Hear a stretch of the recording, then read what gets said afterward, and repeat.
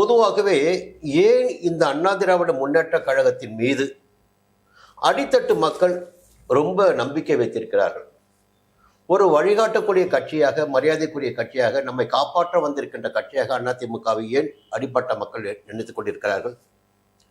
குறிப்பாக நிஜமான சிறுபான்மையினர், என்ன புரிஞ்சிருக்கு உங்களுக்கு? நிஜமான சிறுபான்மையினர் அரசிடம் எந்த விதமான சலுகைகளையும் எதிர்பார்க்காமல் தன்னுடைய சுய உழைப்பால் வாழ்ந்து கொண்டிருக்கின்ற, முன்னேறி கொண்டிருக்கின்ற நிஜமான சிறுபான்மையினர், அத்தகைய மக்களும் வம்பு வழக்குகளுக்கென்று எந்த காவல் நிலையத்திற்கும் நீதிமன்றத்திற்கும் செல்லாத ஒரு அமைதியாக வாழ்ந்து கொண்டிருக்கின்ற மக்களும் அண்ணா திராவிட முன்னேற்ற கழகத்தின் மீது இன்றளவும் நம்பிக்கை வைத்திருக்கின்றார்கள்.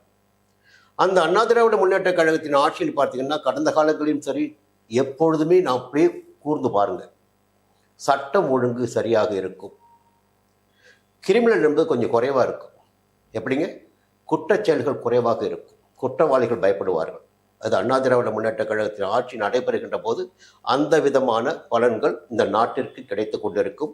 அதன் காரணமாகத்தான் அடிப்படையில் சில பேர் இந்த பயந்து பயந்து வாழ்கின்ற மக்களுக்காக பாருங்க, தன்னுடைய வேலையை மட்டும் பார்த்துட்டு இருக்க மக்கள், அவர்கள் அண்ணா திராவிட முன்னேற்ற கழக ஆட்சி விரும்புவார்கள். அது ஒரு பகுதி.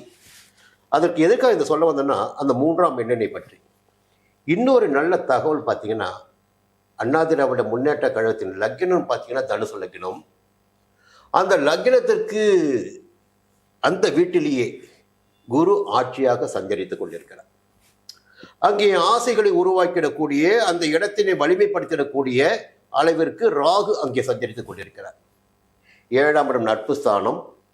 அப்போ அங்கே கேது இருக்காரு.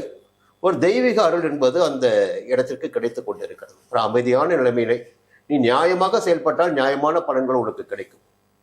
அதன் காரணமாகத்தான் கடந்த ஆண்டுகளில் 2 தலைவர்கள் இருந்த வரையில் இந்த கட்சி எவராலும் எதுவும் செய்ய முடியாத நிலை இருந்தது.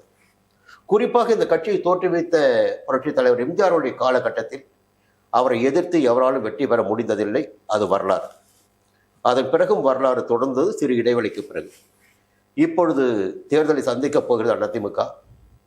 ஆளும் கட்சியாக திராவிட முன்னேற்ற கழகம் இருந்து கொண்டிருக்கிறது. இந்த நேரத்தில் ஒரே ஒரு மையப்புள்ளியை மட்டும் வச்சு பேசிட்டு இருக்கோம். அந்த மையப்புள்ளி மட்டும் சொல்லிடுறோம். இந்த அண்ணா திராவிட முன்னேற்ற கழகத்தின் ராசின்னு பார்த்தீங்கன்னா மகர ராசி. நான் ஆண்டு பலனில் பேசிட்டு வருவேன். அது திருவோண நட்சத்திரம். ஒரே புள்ளி தான் நான் பேசுவது, வேற பேச்சே கிடையாது. திருவோண நட்சத்திரம், மகர ராசி. இந்த மகர ராசிக்கு 2026 எப்படி இருக்க போகுது? மார்ச் மாதம் 6ஆம் தேதி 7.5 சனி விலகுகிறது.